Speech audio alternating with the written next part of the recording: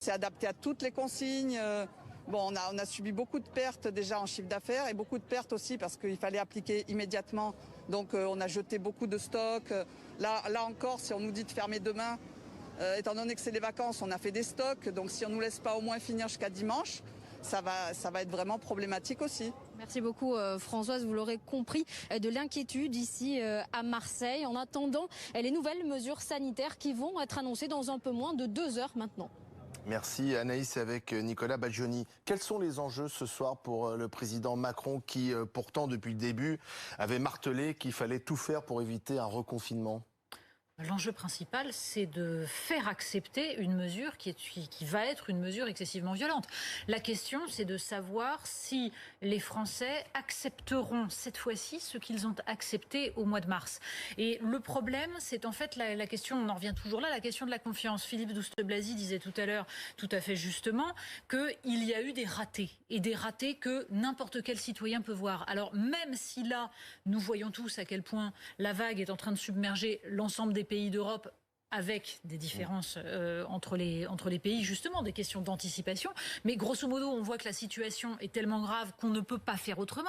C'est pour ça que la plupart des gens sont raisonnables et on peut se féliciter de ne pas avoir, comme en Italie pour l'instant, des quasi-émeutes.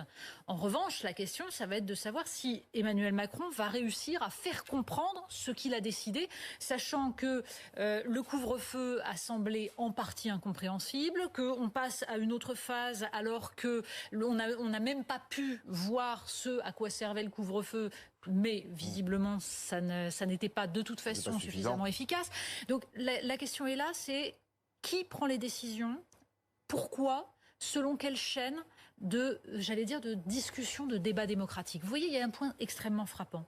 Emmanuel Macron privilégie depuis le début de cette crise, son conseil de défense. Oui, qui réunit régulièrement. Qu'il réunit de plus en plus régulièrement. Ça veut dire que, déjà depuis le début de son quinquennat, il avait totalement laissé de côté l'Assemblée nationale, qui est une chambre d'enregistrement.